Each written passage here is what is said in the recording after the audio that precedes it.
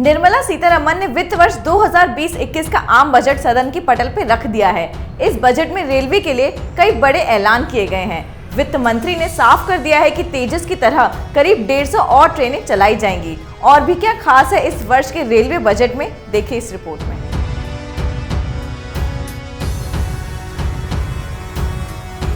वित्त मंत्री निर्मला सीतारमण ने बजट में रेलवे से जुड़े बड़े ऐलान किए हैं। वित्त मंत्री ने कहा है कि रेलवे की कमाई बहुत कम है, इसलिए सौर ऊर्जा तैयार करने के लिए रेलवे की जमीन का इस्तेमाल किया जाएगा।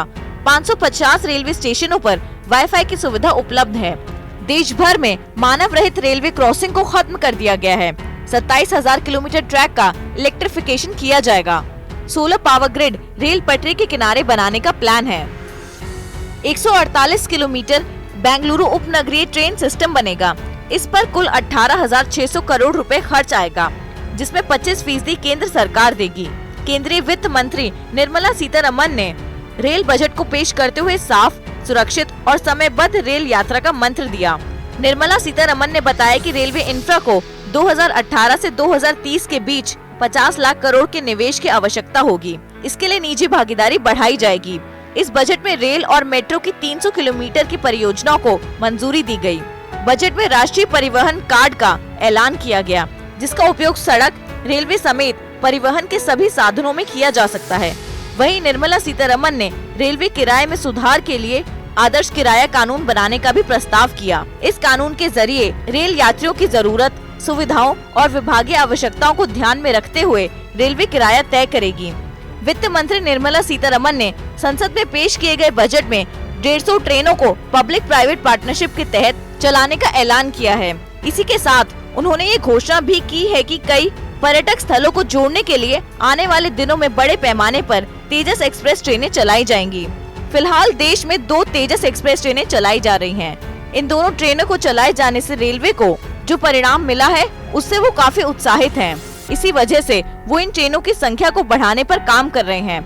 इस घोषणा के साथ उन्होंने ये इशारा भी कर दिया कि अब ट्रेनों में निजी एजेंसियां निवेश कर सकेंगी और सरकार में भागीदारी निभा सकेंगी। रेलवे ने हाल ही में दूसरी तेजस ट्रेन भी चलाई है। ये तेजस अहमदाबाद से मुंबई सेंट्रल के बीच चलाई गई है। इस ट्रेन को इसी साल जनवरी में आम लोगों के लिए चलाया गया है। तेजस एक्सप्रेस में रेलवे की ओर से कई सारी सुविधाएं भी दी गई हैं, जिसके कारण वो लोगों की पसंद बनी हुई है। दिल्ली से लखनऊ के बीच चलाई गई ट्रेन का रिस्पांस भी बेहतर रहा है, जिसको देखते हुए दूसरी ट्रेन चलाई गई। अब इसी तरह से निजी क्षेत्र की भागीदारी से इनकी संख्या बढ़ाने पर विचार किया जा रहा है। तेजस एक्सप्रेस में यात्रियों के लिए wifi, CCTV camera, coffee machine, LCD screen जैसी सुविधाएं मौजूद होंगी। फिलहाल भारतीय रेलवे देश की पहली प्राइवेट ट्रेन नई दिल्ली से लखनऊ के बीच चला रहा है। इस बजट में साफ, सुरक्षित और समयबद्ध रेल यात्रा का मंत्र दिया गया है। रेलवे बजट में यात्रियों के लिए खासा ध्यान रखा गया है। देश भर में तेजस एक्सप्रेस के चलने के बाद यात्रियों का ट्रेन में सफर करना बेहद आरामदायक हो जाएगा। ऐसी ही खबरों को देखने के लिए देखते रहिए कैपिटल टीवी।